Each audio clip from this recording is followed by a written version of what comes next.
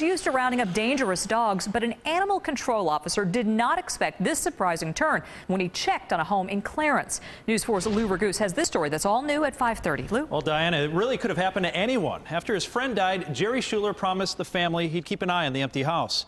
He drove by a few times a day, and on Friday evening happened to drive by at just the right time. Jerry Schuler works as the town of Clarence animal control officer.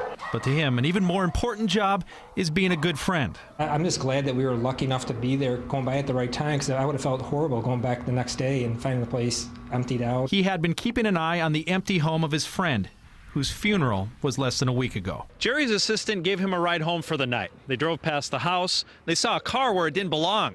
So they boxed it in with their vehicle, and Jerry went inside to investigate. He noticed the door was kicked in. Right inside, he came face to face with a man police say was 30-year-old Justin Deho. Jerry asked his name. When he told me his name, I've heard of him before as a problem, and asked him what he was doing here, and he gave me a lame excuse, and I told him I think we have a problem, and we're going to have to stay here for a while. Jerry was in uniform with his gun in his holster, but he never felt he needed to draw it. And it may be one of the reasons why he just gave up as fast as he did. Because he looked like the police. At any time were you worried that he might run or might fight you or anything like that? No, I knew because I knew his name and I knew where he lived. He's only up the road a little bit, and I knew we had his car blocked in, so he had no way of getting out.